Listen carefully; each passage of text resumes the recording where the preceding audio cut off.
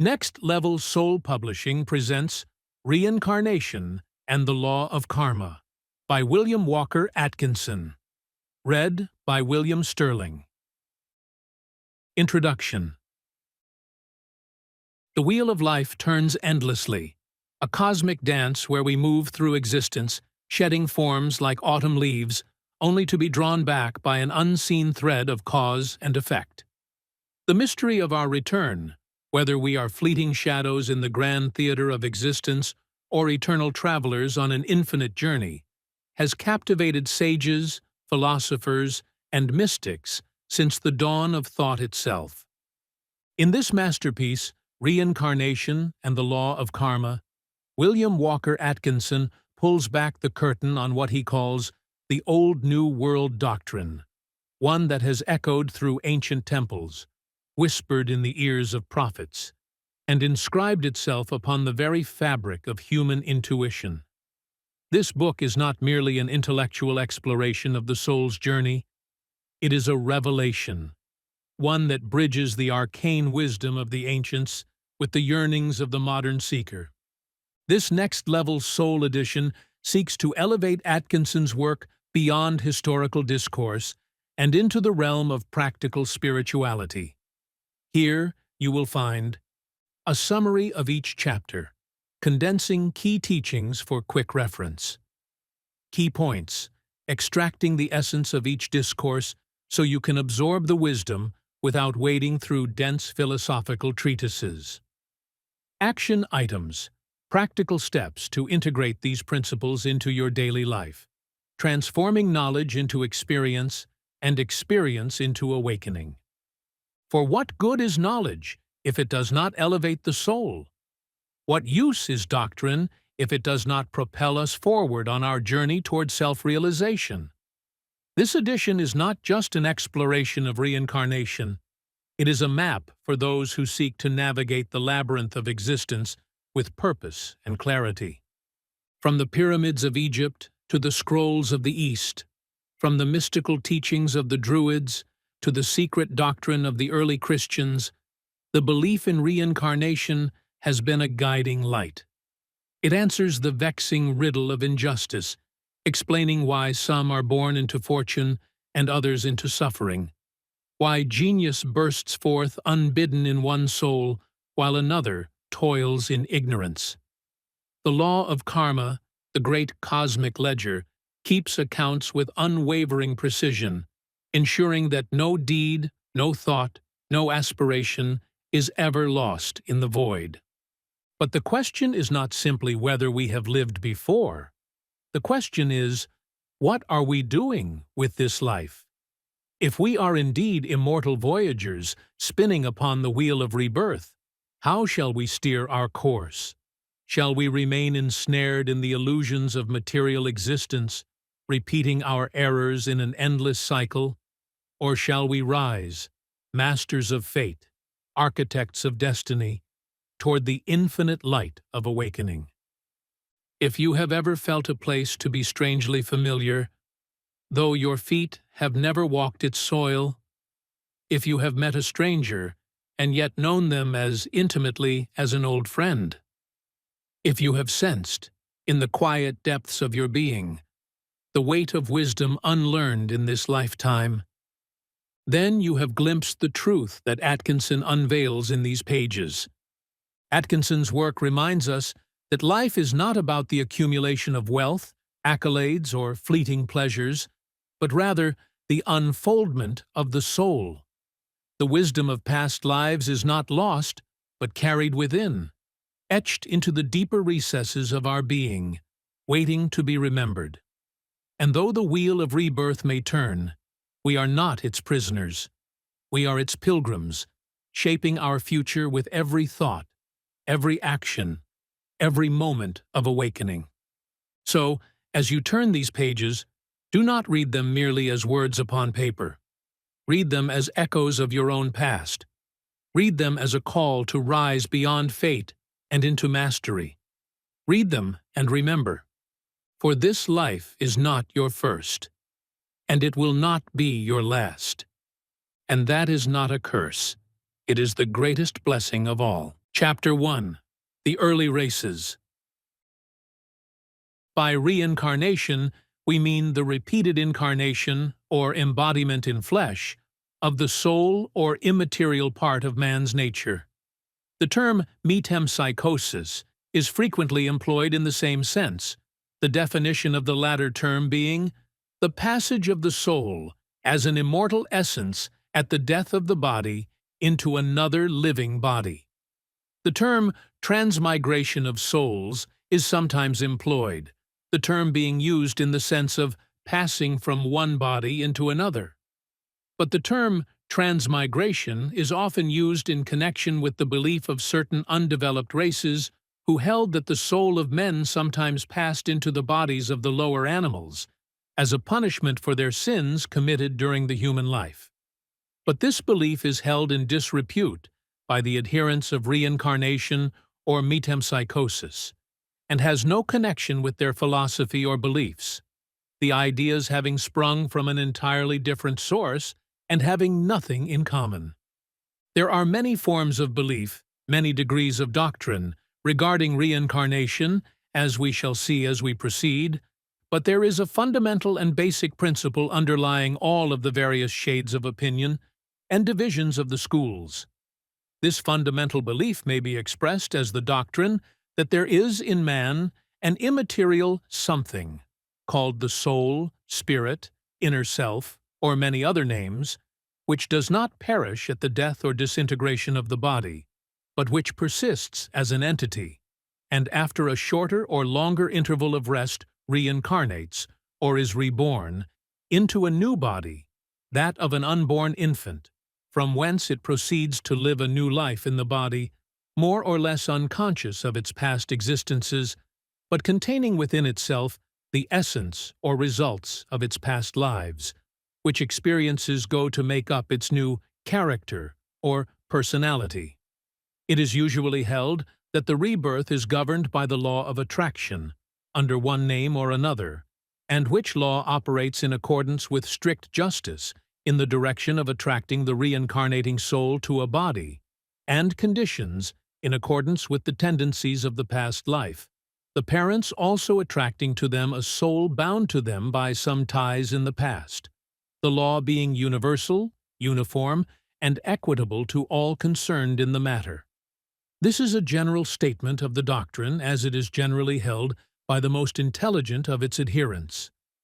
But the teaching of reincarnation never has passed away altogether from the race. In some parts of the world, the lamp has been kept burning brightly. Nay, more, at no time in human history has there been a period in which the majority of the race has not accepted the doctrine of rebirth, in some of its various forms. It was so 1,000 years ago, 2,000, 5,000, and it is so today.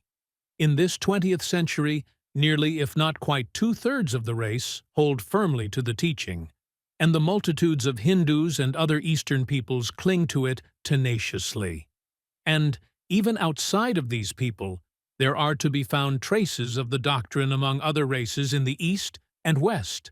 So reincarnation is not a forgotten truth, or discarded doctrine, but one fully alive and vigorous, and one which is destined to play a very important part in the history of Western thought during the 20th century. Soldi, the archaeologist, has published an interesting series of works dealing with the beliefs of primitive peoples who have passed from the scene of human action. He shows by the fragments of carving and sculpture which have survived them that there was a universal idea among them of the ghost, which lived after the body died, and a corresponding idea that someday this ghost would return to the scene of its former activities. This belief sometimes took the form of a return into the former body, which idea led to the preservation of the body by processes of mummifying, etc. But as a rule, this belief developed into the more advanced one of a rebirth in a new body. The earlier travelers in Africa have reported that here and there they found evidences and traces of what was to them a strange belief in the future return of the soul to a new body on earth. The early explorers of America found similar traditions and beliefs among the Red Indians, survivals of which exist even unto this day. It is related of a number of savage tribes in different parts of the world that they place the bodies of their dead children by the roadside in order that their souls may be given a good chance to find new bodies by reason of the approaching of many traveling pregnant women who pass along the road.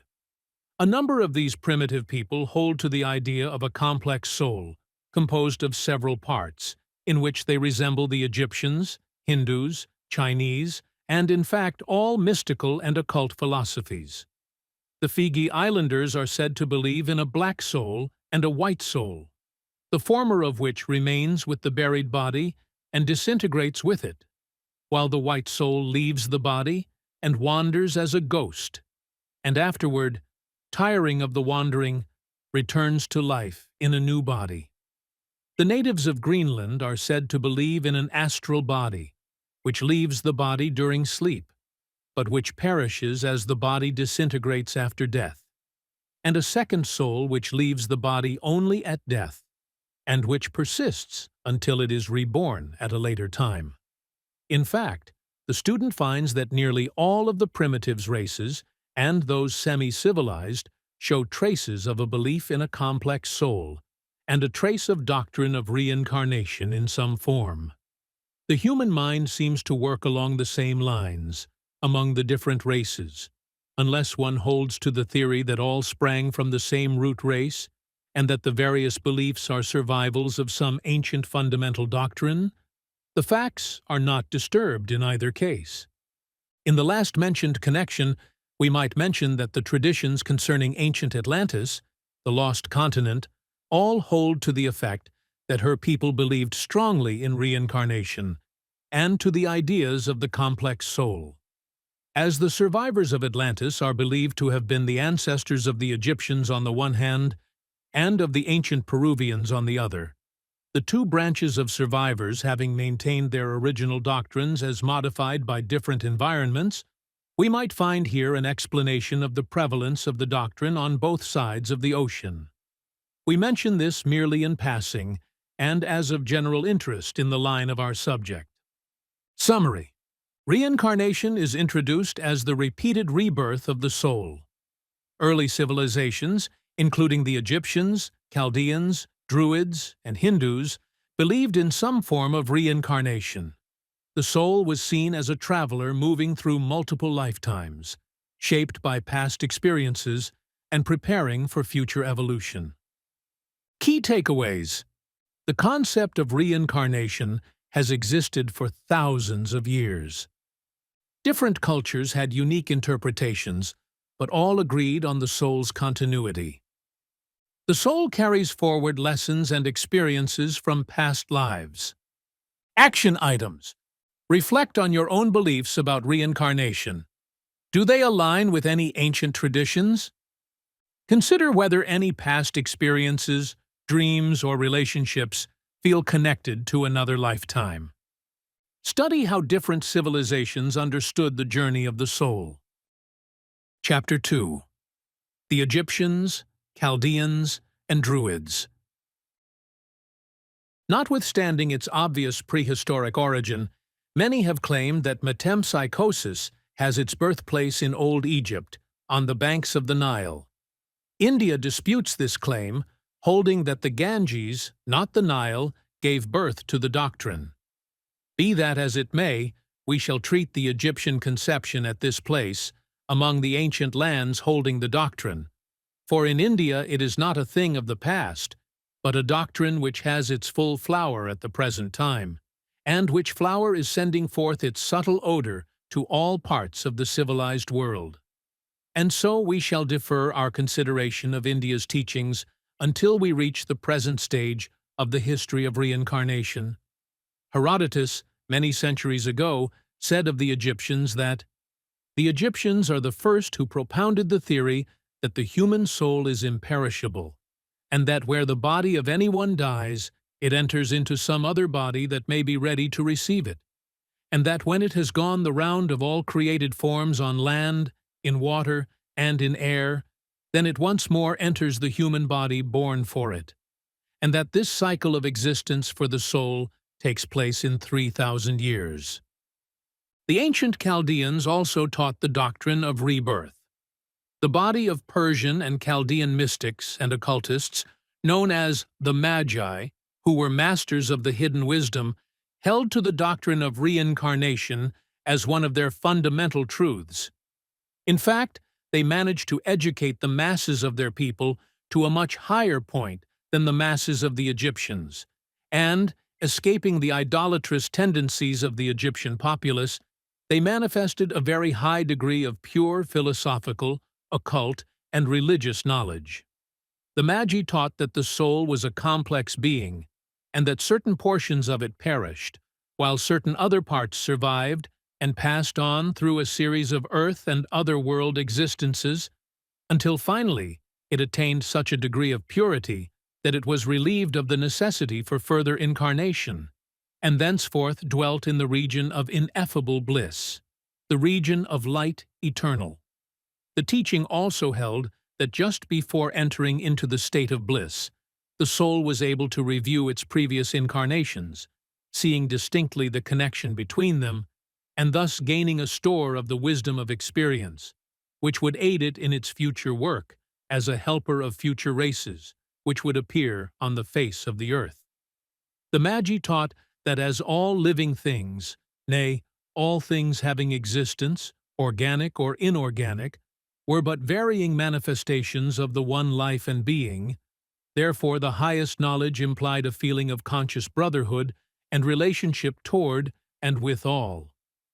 As strange as it may appear to many readers unfamiliar with the subject, the ancient Druids, particularly those dwelling in ancient Gaul, were familiar with the doctrine of reincarnation and believed in its tenets.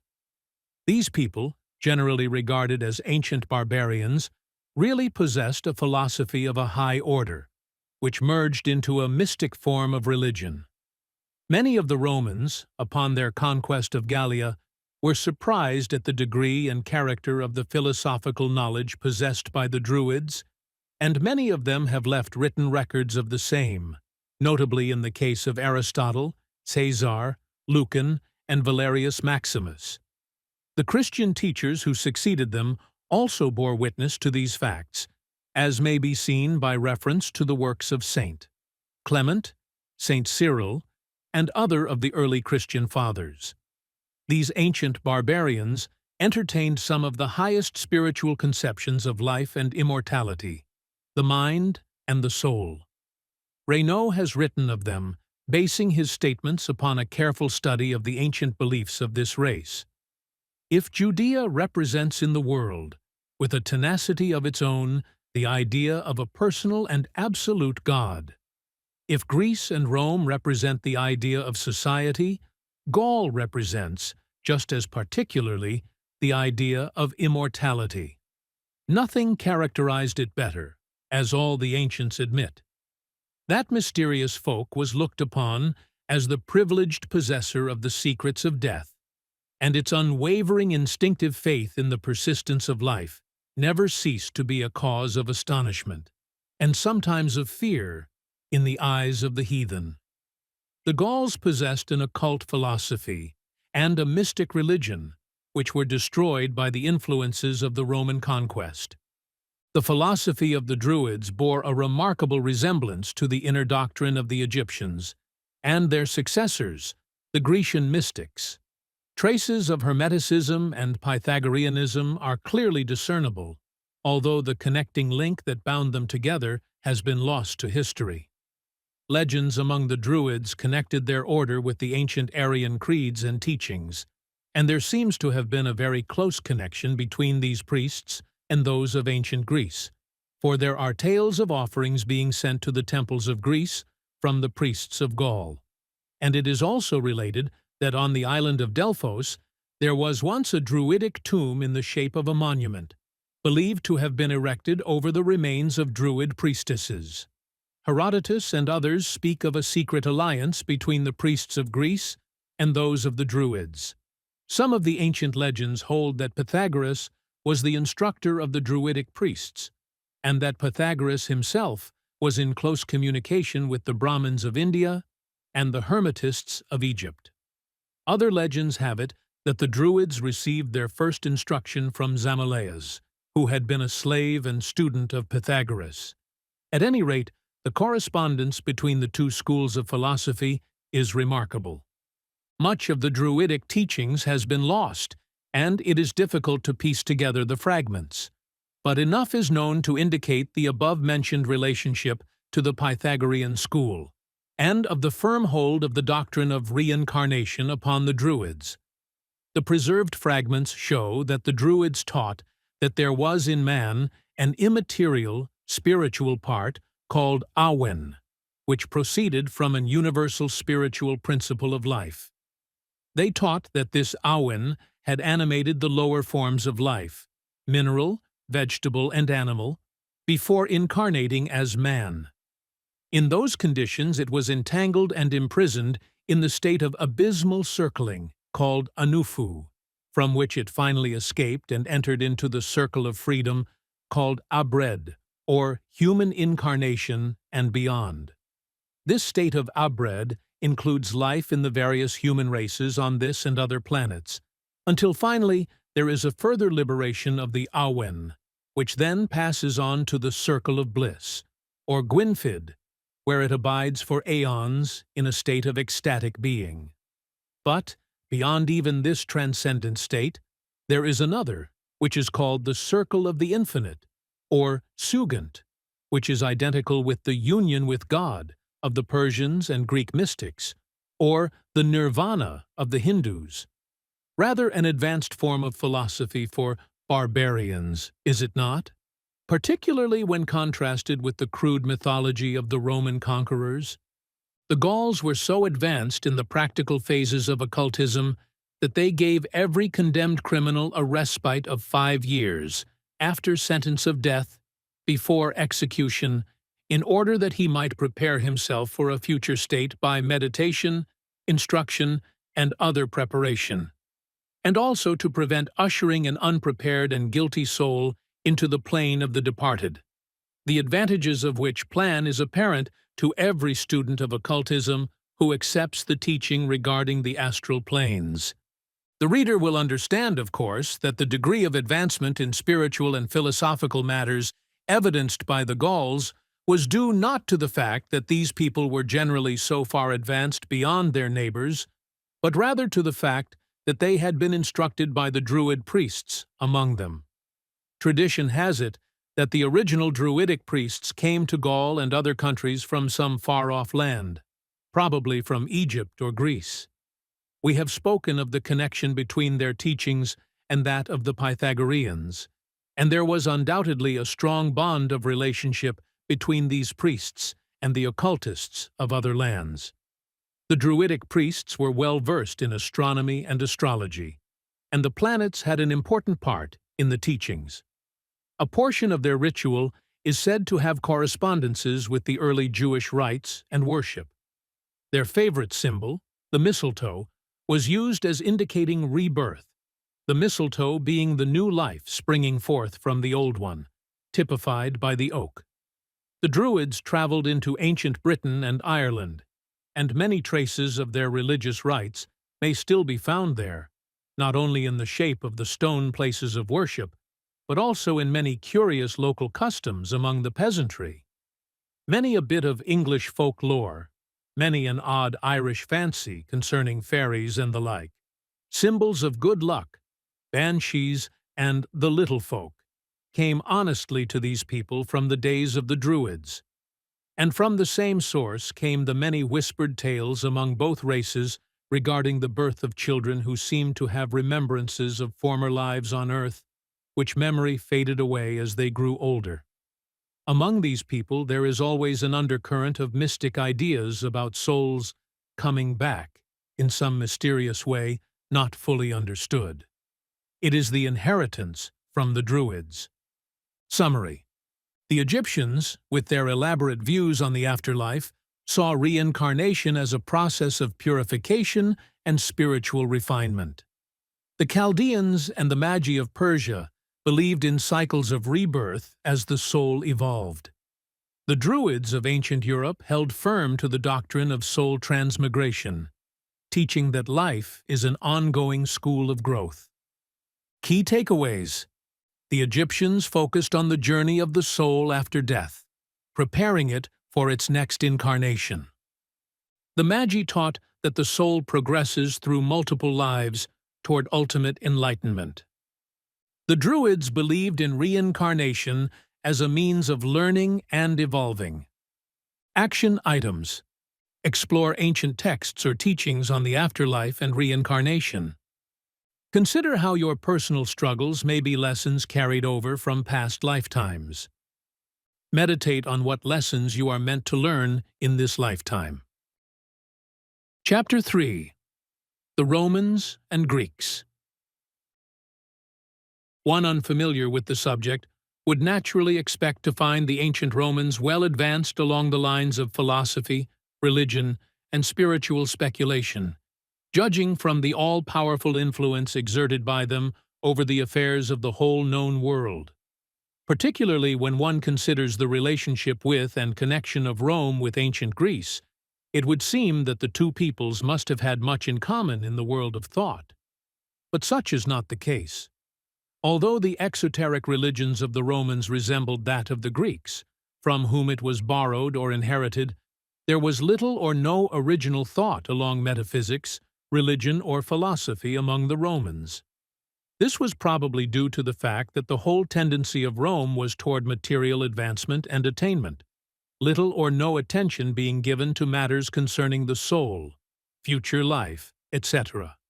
Some few of the philosophers of Rome advanced theories regarding the future state, but beyond a vague sort of ancestor worship, the masses of the people took but little interest in the subject. Cicero, it is true, uttered words which indicate a belief in immortality when he said in Scipio's dream, "Know that it is not thou, but thy body alone, which is mortal. The individual in his entirety resides in the soul, and not in the outward form. Learn, then, that thou art a god. Thou, the immortal intelligence which gives movements to a perishable body, just as the eternal God animates an incorruptible body." Pliny the Younger left writings which seem to indicate his belief in the reality of phantoms, and Ovid has written verses which would indicate his recognition of a part of man which survived the death of the body.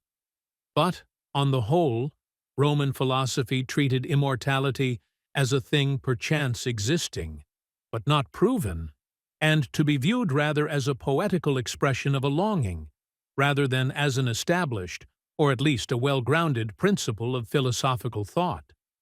But Lucretius and others of his time and country protested against the folly of belief in the survival of the soul held by the other nations.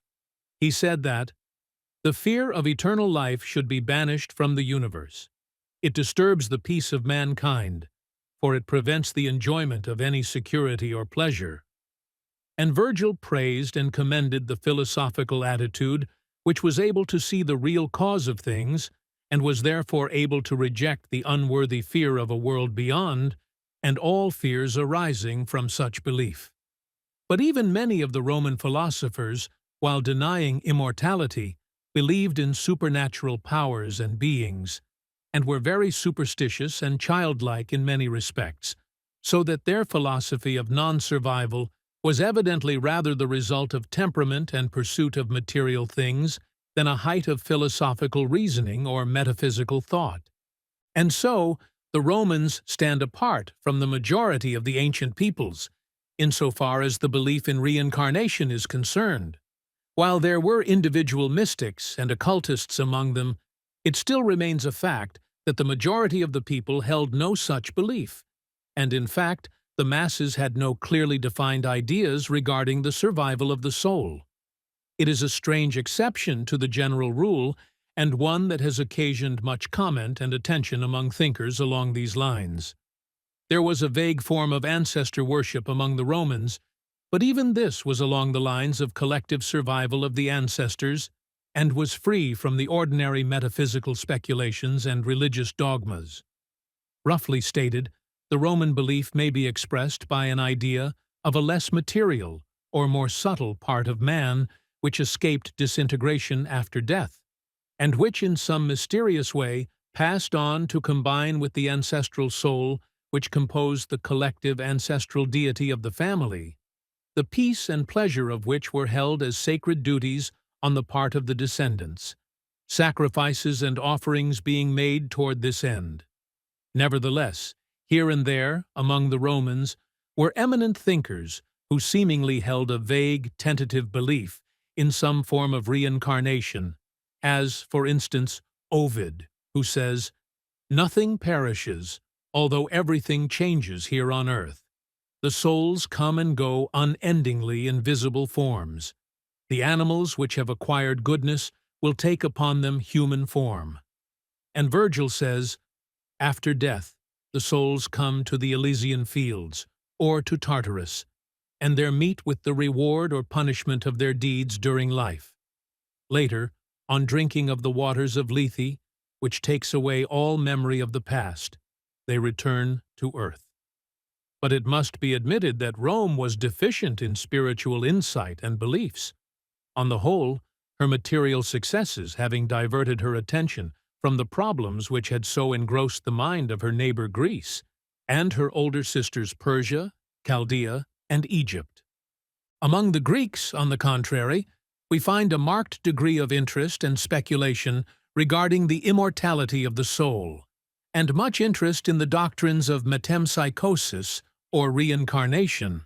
Although the great masses of the Grecian people were satisfied with their popular mythology, and not disposed to question further, or to indulge in keen speculation on metaphysical subjects, still the intellectual portion of the race were most active in their search after truth, and their schools of philosophy, with their many followers and adherents, have left an indelible mark upon the thought of man unto this day. Next to the Hindus, the Greeks were the great philosophers of the human race, and the occultists and mystics among them were equal to those of Persia, India, Chaldea, or Egypt. While the various theories regarding the soul were as the sands of the sea, so many were the teachers, schools, and divisions of thought among these people. Still, the doctrine of reincarnation played a very important part in their philosophy. The prevailing idea was that the worthy souls pass on to a state of bliss, without rebirth, while the less worthy pass the waters of the river of Lethe, quaffing of its waters of forgetfulness, and thus having the recollection of their earth life, and of the period of punishment that they had undergone by reason of the same, obliterated and cleansed from their memories, when they pass on to rebirth. One of the old Orphic hymns reads as follows: "The wise love light, and not darkness. When you travel the journey of life, remember, always, the end of the journey. When souls return to the light, after their sojourn on earth, they wear upon their more subtle bodies, like searing, hideous scars, the marks of their earthly sins. These must be obliterated, and they go back to earth to be cleansed. But the pure, virtuous, and strong proceed direct to the son of Dionysus." The teachings of the Egyptians left a deep impression upon the Grecian mind, and not only the common form of belief, but also the esoteric doctrines, were passed along to the newer people by the elder. Pythagoras was the great occult teacher of Greece, and his school and that of his followers accepted and taught the great doctrine of reincarnation. Much of his teaching was reserved for the initiates of the mystic orders founded by himself and his followers, but still much of the doctrine was made public. Both Orpheus and Pythagoras, although several centuries separated them, were students at the fount of knowledge in Egypt, having traveled to that country in order to be initiated in the mystic orders of the ancient land, and returning, they taught anew the old doctrine of rebirth. The Pythagorean teaching resembles that of the Hindus and Egyptians, insofar as is concerned the nature of man, his several bodies or sheaths, and the survival of the higher part of his nature, while the lower part perishes. It was taught that after death, this higher part of the soul passed on to a region of bliss, where it received knowledge and felt the beneficent influence of developed and advanced souls, thus becoming equipped for a new life, with incentives toward higher things. But, not having as yet reached the stage of development which will entitle it to dwell in the blissful regions for all eternity, it sooner or later reaches the limit of its term of probation, and then passes down toward another incarnation on earth, another step on the path of attainment. The teaching was, further, that the conditions, circumstances, and environments of the new earth life were determined by the actions, thoughts, and mental tendencies of the former life, and by the degree of development which the several previous earth lives had manifested. In this respect, the teaching agrees materially with the universal doctrine regarding reincarnation and karma. Pythagoras taught that the doctrine of reincarnation accounted for the inequality observable in the lives of men on earth, giving a logical reason for the same and establishing the fact of universal and ultimate justice, accountable for on no other grounds. He taught that although the material world was subject to the laws of destiny and fatality, yet there was another and higher state of being in which the soul would rise above the laws of the lower world. This higher state, he taught, had laws of its own, as yet unknown to man, which tended to work out the imperfect laws of the material world, establishing harmony, justice, and equality, to supply the apparent deficiencies manifested in the earth life. Following Pythagoras, Plato, the great Grecian philosopher, taught the old-new doctrine of rebirth. He taught that the souls of the dead must return to earth, where, in new lives, they must wear out the old earth deeds, receiving benefits for the worthy ones and penalties for the unworthy ones, the soul profiting by these repeated experiences and rising step by step toward the divine. Plato taught that the reincarnated soul has flashes of remembrance of its former lives, and also instincts and intuitions gained by former experiences. He classed innate ideas among these inherited experiences of former lives. It has been well said that everything can be found in Plato, and therefore one who seeks for the ancient Grecian ideas concerning reincarnation and the problems of the soul may find that which he seeks in the writings of the old sage and philosopher. Plato was the past master of the inner teachings concerning the soul, and all who have followed him have drawn freely from his great store of wisdom. His influence on the early Christian Church was enormous, and in many forms it continues even unto this day. Many of the early Christian fathers taught that Plato was really one of the many forerunners of Christ, who had prepared the pagan world for the coming of the Master. Plato taught that the immaterial part of man, the soul, was a complex thing, being composed of a number of differing, though related, elements. Highest in the hierarchy of the soul elements, he placed the spirit, which, he taught, comprised consciousness, intelligence, will, choice between good and evil, etc., and which was absolutely indestructible and immortal, and which had its seat in the head. Then came two other parts of the soul, which survived the dissolution of the body, but which were only comparatively immortal, that is, they were subject to later dissolution and disintegration. Of these semi-material elements, one was the seat of the affections, passions, etc., and was located in the heart, while the other, which was the seat of the sensual and lower desires, passions, etc., was located in the liver. These two mentioned lower elements were regarded as not possessed of reason, but still having certain powers of sensation, perception, and will. The Neoplatonists, who followed Plato, and who adapted his teachings to their many conflicting ideas, held firmly to the doctrine of reincarnation. The writings of Plotinus, Porphyry, and the other mystics had much to say on this subject, and the teaching was much refined under their influence. The Jewish philosophers were affected by the influence of the Platonic thought, and the school of the Essenes, which held firmly to the idea of rebirth, was a source from which Christianity received much of its early influence. Summary: while the Romans largely focused on material life, Greek philosophers such as Pythagoras and Plato embraced reincarnation. Pythagoras claimed to recall past lives and taught that the soul purified itself through multiple incarnations. Plato expanded on this idea, describing the soul's journey through different forms based on its actions. Key takeaways: Greek philosophy deeply influenced later beliefs about reincarnation. Pythagoras and Plato saw rebirth as a process of purification and learning. Roman culture, being more materialistic, was less invested in reincarnation. Action items: read the works of Pythagoras or Plato on the soul's immortality. Consider what virtues or flaws you may be refining through multiple lifetimes. Contemplate whether déjà vu or unexplained talents might be linked to past incarnations.